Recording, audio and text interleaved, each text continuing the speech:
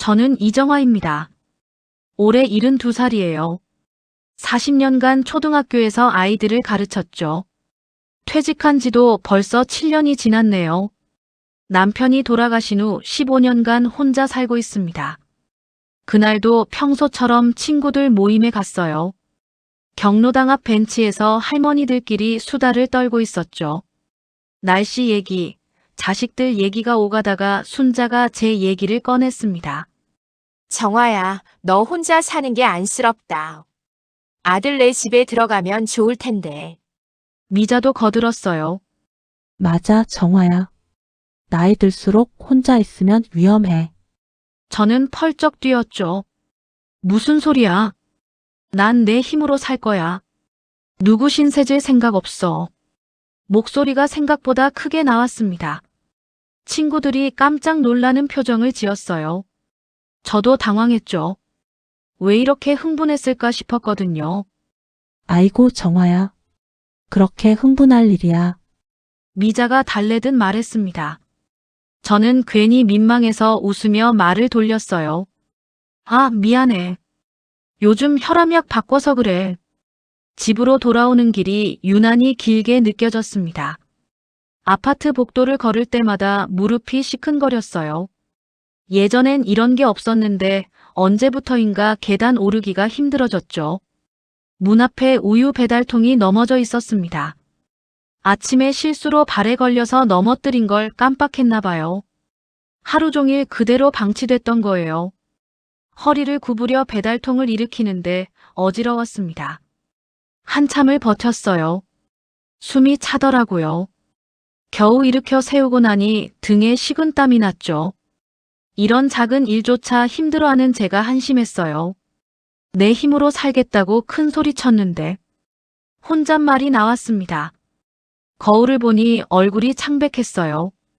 언제부터인지 등이 굽었고 머리도 많이 휘어졌더라고요.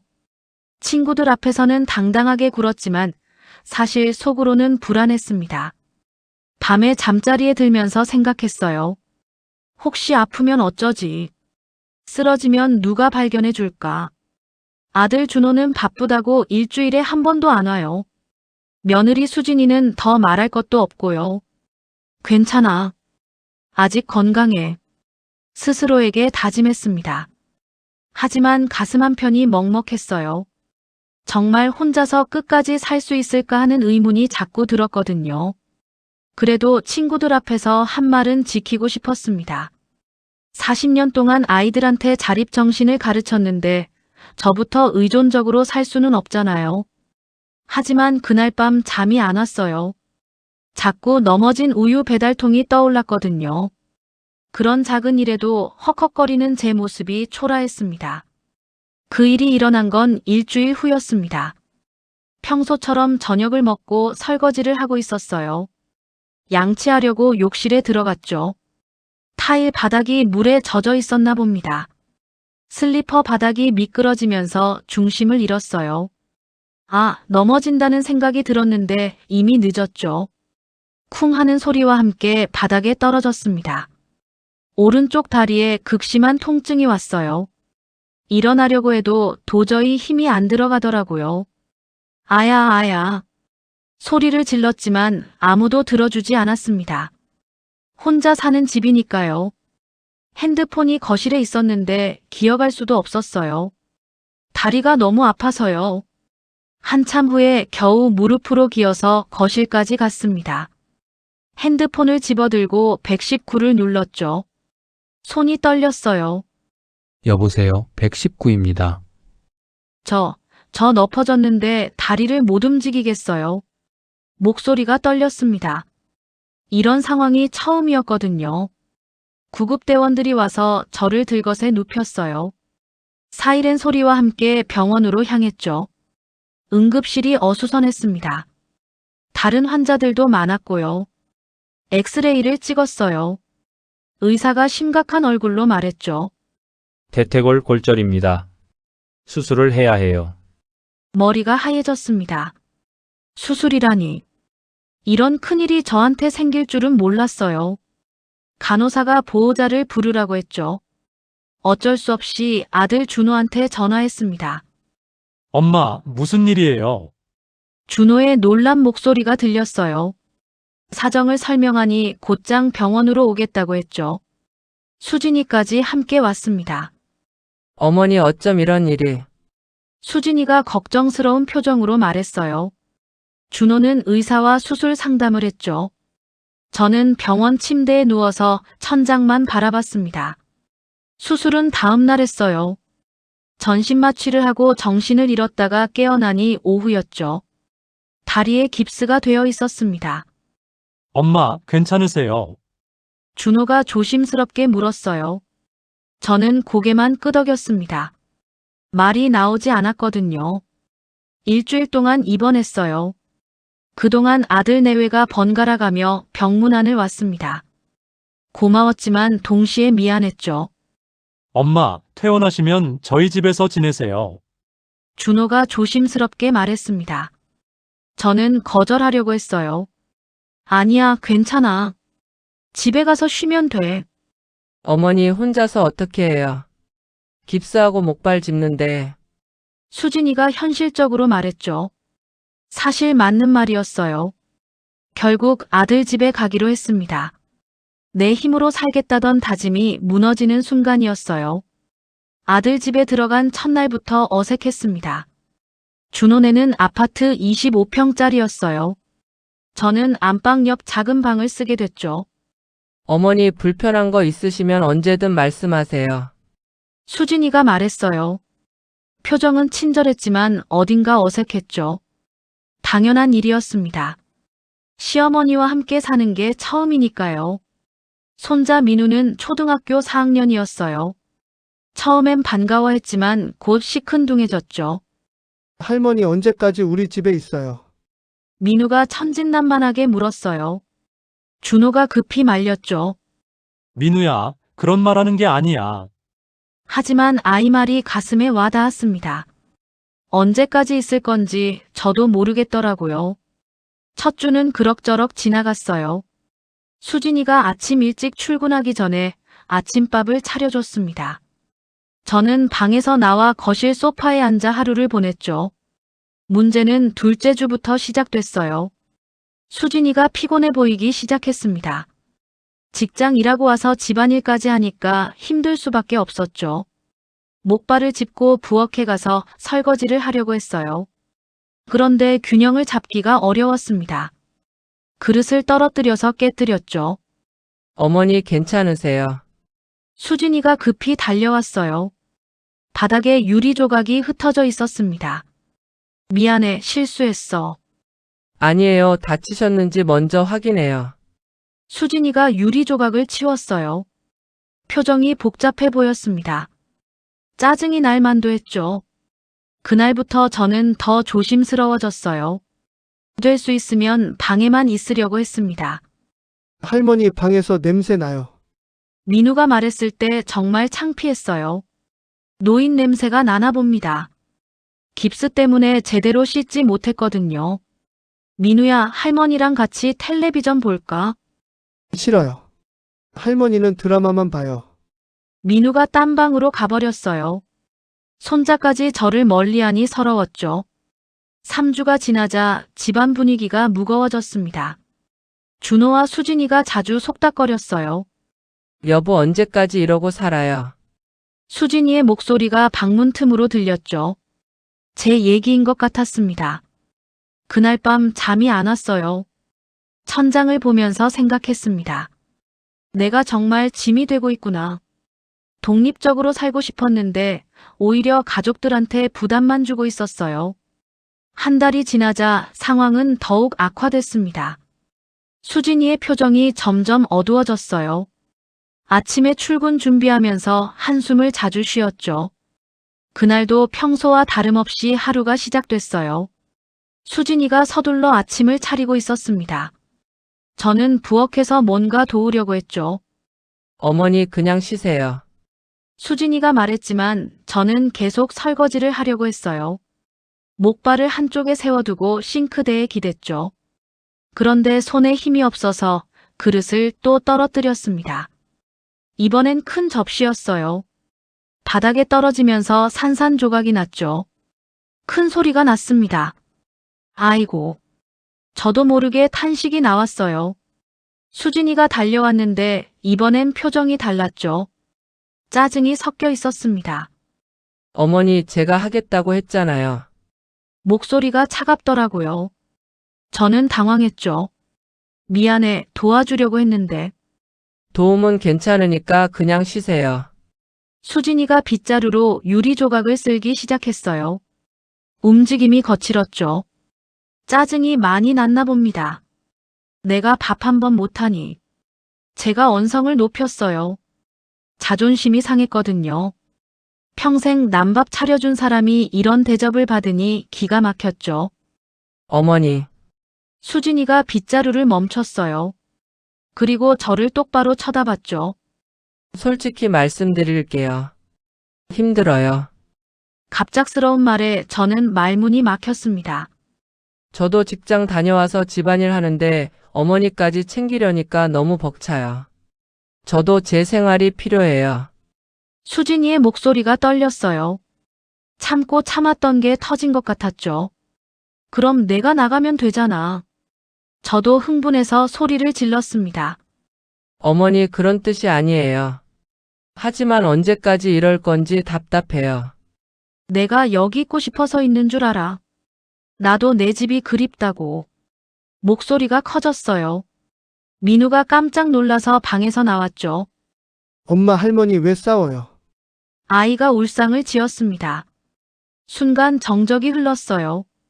준호가 그때 화장실에서 나왔죠. 무슨 일이에요? 아무것도 아니야. 저는 그렇게 말하고 방으로 들어갔습니다. 문을 닫고 침대에 앉았어요. 가슴이 답답했죠. 병원 진료일이었습니다. 준호가 오전에 휴가를 내고 모셔다 줬어요. 엑스레이를 찍고 의사와 상담을 받았죠. 많이 좋아졌네요. 목발 없이도 걸을 수 있을 것 같은데요. 다행한 소식이었어요. 하지만 마음은 여전히 무거웠습니다. 병원 로비에서 나오는데 누군가 저를 불렀어요. 선생님, 뒤돌아보니 낯익은 얼굴이었습니다. 한참을 들여다보니 기억이 났죠. 미경이. 제가 20년 전에 가르쳤던 제자였어요. 이제 40살이 됐나 봅니다. 선생님 여기서 뵙다니 신기해요. 어디 아프세요? 다리를 다쳐서 치료받고 있어. 아이고 그러시구나. 저는 여기서 근무해요. 미경이가 목에 걸린 직원증을 보여줬어요. 사회복지사라고 적혀 있었죠. 복지사가 됐구나. 대단해. 선생님이 워낙 봉사정신을 가르쳐 주셔서요. 미경이가 웃으며 말했습니다. 반가웠어요. 오랜만에 따뜻한 사람을 만난 기분이었죠. 병원 카페에서 마주 앉았어요. 저희 병원에서 복지주택 사업을 하거든요. 미경이가 말을 꺼냈어요. 복지주택이 뭔데? 어르신들이 독립적으로 살 수 있도록 도와드리는 거예요. 집도 마련해 드리고 건강관리도 해드리고요. 처음 듣는 얘기였습니다. 궁금했어요. 어르신들이 혼자 사실 수 있게 여러 지원을 해드려요. 간호사가 정기적으로 방문하고 응급 상황 대비 시스템도 있어요. 거기 계신 분들 정말 활기차세요. 서로 돌봐주시면서 지내시거든요. 미경이의 설명을 들으니 조금 관심이 생겼습니다. 하지만 선뜻 내키지는 않았어요. 나는 그런데 안 갈 거야. 자존심이 앞섰죠. 선생님, 시설이 아니에요. 그냥 일반 아파트인데 관리만 좀 더 받는 거예요. 미경이가 주소를 적어줬습니다. 저는 받기는 했지만 별로 관심이 없었어요. 저녁에 준호가 진료 결과를 알려줬습니다. 엄마, 이제 걸을 수 있으시니까 어떻게 할 건지 정해야겠어요. 예상했던 말이었어요. 복지시설 같은 거 알아봤는데요. 제 가슴이 철렁했습니다. 너 지금 나보고 요양원 가라는 거야. 엄마, 그게 아니라 복지주택이요. 그런 거 나는 안 가. 그때 수진이가 입을 열었어요. 어머니, 사실 저희도 한계가 있어요. 차가운 목소리였습니다. 저도 직장 다녀와서 집안일 하는데 어머니까지 챙기려니까 벅차요. 회사 사람들이 자꾸 물어봐요. 어머니 요양원은 언제 보내시냐고. 준호의 얼굴이 붉어졌어요. 나 때문에 내가 사람 눈치를 보니 서럽구나. 저는 중얼거렸죠. 아들이 저 때문에 동료들한테 창피를 당하고 있었던 거예요. 엄마, 그런 뜻이 아니에요. 하지만 이미 상처받았습니다. 알겠어. 내가 알아서 할게. 저는 방으로 들어가면서 문을 닫았어요. 며칠 후 수진이가 야근한다고 했어요. 저는 혼자 저녁을 해결해야 했죠.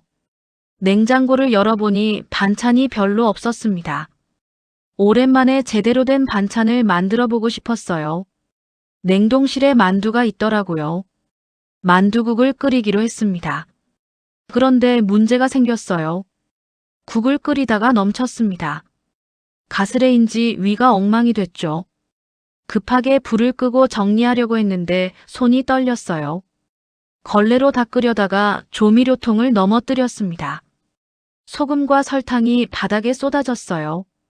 부엌이 난장판이 됐죠. 그때 수진이가 일찍 들어왔어요. 부엌 상황을 보고 깜짝 놀라더라고요. 어머니 이게 뭐예요? 목소리에 짜증이 섞였습니다. 반찬이 없어서 만두국을 끓였는데 어머니 위험하다고 했잖아요. 혼자 요리하지 마시라고. 수진이가 큰 소리를 냈어요. 이번엔 정말 화가 났나 봅니다. 나도 뭔가 해야지. 맨날 놀고만 있을 수는 없잖아. 놀고 있는 게 아니라 쉬시는 거예요. 왜 자꾸 일을 만드세요?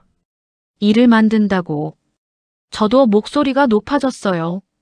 네, 일을 만들어요. 제가 정리해야 하잖아요. 더 이상 견딜 수 없었습니다. 방으로 들어가면서 문을 쾅 닫았죠. 그날 밤 결심했어요. 더 이상은 안 되겠다고요. 다음날 미경이가 준 주소를 찾아갔습니다. 버스를 2번 갈아탔어요. 복지주택은 생각보다 괜찮았습니다. 어르신 견학 오셨나요? 직원이 친절하게 맞아줬어요. 복지주택에 대해 자세히 설명해 줬습니다. 혼자 사시면서 필요할 때만 도움을 받으시면 됩니다. 간병이나 시설 같은 게 아니에요. 실제 거주자들도 만나봤어요. 여기 와서 오히려 더 건강해졌어. 혼자 있을 때보다 마음이 편해. 70대 할머니가 활기차게 말했죠. 자식들한테 눈치 안 보고 살 수 있어서 좋아. 가끔 놀러 오면 반갑고. 할아버지의 말이 제 마음에 와 닿았습니다. 그게 바로 제가 원하던 거였어요. 집으로 돌아가면서 눈물이 났어요. 왜 이제야 이런 곳이 있다는 걸 알았을까 싶었죠. 결심을 굳혔습니다. 저녁 식사 시간에 가족들에게 말했습니다. 얘들아, 내가 결정한 게 있어. 준호와 수진이가 저를 쳐다봤어요. 복지주택에서 살기로 했어. 순간 정적이 흘렀습니다. 엄마, 갑자기 무슨 소리예요? 준호가 당황했어요. 갑자기가 아니야. 며칠 전부터 생각하고 있었어. 어머니, 제가 너무 심했나요? 수진이가 죄책감이 든 표정을 지었습니다. 그런 게 아니야. 나도 내 생활이 하고 싶어. 엄마, 혼자 사시기엔 아직 일러요. 준호가 걱정스러워했어요. 너 아버지 떠나고 나도 교직, 집안 다 혼자 감당했어. 15년간 혼자 살았잖아. 제 목소리가 단호했습니다. 이제 내 노후도 내 힘으로 살 거야. 준호의 눈에 눈물이 맺혔어요. 착한 아들이었죠. 엄마, 저희가 잘못했어요. 잘못한 게 아니야. 각자 살 길이 있는 거지. 수진이도 울컥했나 봅니다. 어머니, 제가 너무 이기적이었어요. 아니야. 내가 현실적으로 말한 거야. 저는 수진이를 이해한다고 말했어요. 실제로도 그랬거든요. 그런데 복지주택이 뭐예요? 민우가 궁금해서 물었죠. 할머니가 혼자 살면서 필요할 때만 도움받는 곳이야. 그럼 할머니 못 봐요. 아니야. 자주 놀러 갈 거야. 민우가 안심한 표정을 지었습니다. 귀여운 아이였어요. 그날 밤 준호와 긴 대화를 나눴어요. 아들은 여전히 걱정했습니다. 엄마, 정말 괜찮으실까요? 괜찮아. 오히려 마음이 편할 것 같아. 그래도 저희가 자주 찾아뵐게요. 그래. 그게 좋겠어. 일주일 만에 준비를 끝냈습니다. 복지주택 입주 절차를 밟고 짐을 쌌어요. 많지 않았죠. 옷가지와 간단한 생활용품 정도였습니다. 이사 가는 날 준호가 도와줬어요. 수진이도 같이 왔습니다. 민우까지 따라왔죠. 할머니 자주 놀러 올게요. 민우가 말했어요. 기특했습니다. 새 집은 작지만 깔끔했어요. 원룸 정도 크기인데 필요한 건 다 있었죠. 관리사무소에서 가전제품도 비치해뒀고요. 창가에 앉아서 밖을 내다봤습니다. 햇살이 따뜻하게 들어왔어요. 오랜만에 마음이 평온했죠. 이제야 내 집 같구나. 혼잣말이 나왔습니다. 정말 그랬어요. 눈치 보지 않고 살 수 있는 내 공간이었거든요. 다음 날부터 새로운 생활이 시작됐어요. 아침에 일어나서 커피를 끓여 마셨습니다. 오랜만에 제가 하고 싶은 대로 하루를 보낼 수 있었죠. 간호사가 일주일에 2번 방문했어요. 건강 체크를 해주고 상담도 해줬습니다. 다른 거주자들과도 친해졌죠. 옆집 할머니 김순이는 저와 나이가 비슷했어요. 정아 씨, 여기 와서 어때요? 좋아요. 혼자 있을 때보다 훨씬 마음이 편해. 맞아요. 자식들 눈치 안 보고 사니까 속이 편하지. 김순이의 말에 공감했습니다. 정말 그랬어요. 복지주택에는 공동식당도 있었어요. 혼자 밥 먹기 싫을 때 가면 다른 어르신들과 함께 식사할 수 있었죠. 외롭지 않았습니다. 준호가 주말마다 찾아왔어요. 수진이와 민우도 같이 왔습니다. 이제는 서로 부담스럽지 않았어요. 각자 독립적인 생활을 하면서 가족으로서 만나는 거였거든요. 엄마, 여기서 편히 지내세요. 준호가 말했을 때 마음이 따뜻했습니다. 아들도 이제 안심하는 것 같았어요. 할머니 방이 예뻐요. 민우가 제 방을 둘러보며 말했죠. 아이도 이제 편하게 할머니를 대하더라고요. 어느 날 미경이가 안부 전화를 했습니다. 선생님 어떠세요? 좋아. 여기 와서 정말 좋아. 다행이에요. 선생님이 행복해 보이셔서 저도 기뻐요. 미경이의 목소리가 밝았어요. 고마운 아이였습니다. 창밖을 보니 다른 어르신들이 산책을 하고 있었어요. 모두 활기찬 모습이었죠. 저도 나가서 함께 걸어봐야겠다고 생각했습니다. 복지주택에 온 지 한 달이 지났어요. 적응도 잘 됐고 건강도 많이 좋아졌습니다. 규칙적인 생활을 하니까 몸이 한결 나아진 것 같았어요. 무엇보다 마음이 편했습니다. 누구한테 눈치 보지 않고 제가 하고 싶은 대로 살 수 있었거든요. 친구들한테 큰 소리 쳤던 말을 지킨 것 같아서 뿌듯했어요. 이제야 진짜 내 인생을 사는 것 같았습니다. 72살이지만 새로운 시작이에요. 자존심도 지키고 현실도 받아들인 거였죠. 무엇보다 가족들과의 관계도 좋아졌고요. 창가에 앉아 햇살을 받으며 미소를 지었습니다. 이 선택이 옳았다고 생각했어요. 앞으로도 건강하게 내 힘으로 살아갈 수 있을 것 같았거든요. 전에는 혼자 사는 게 외로웠는데 여기서는 달랐습니다. 같은 처지의 어르신들과 함께 있으니까 외롭지 않았어요. 서로 안부도 묻고 도움도 주고받으면서 지낼 수 있었죠. 준호가 지난주에 왔을 때 말했어요. 엄마, 표정이 많이 밝아지셨네요. 정말 그랬을 거예요. 마음이 편하니까 얼굴도 밝아진 것 같았거든요. 응, 여기 와서 좋아. 너도 이제 안심하고 살아. 네, 걱정 많이 덜었어요. 아들도 이제 편해진 것 같았습니다. 서로에게 좋은 선택이었어요. 햇살이 더욱 따뜻하게 느껴졌습니다. 오늘도 좋은 하루가 될 것 같았어요.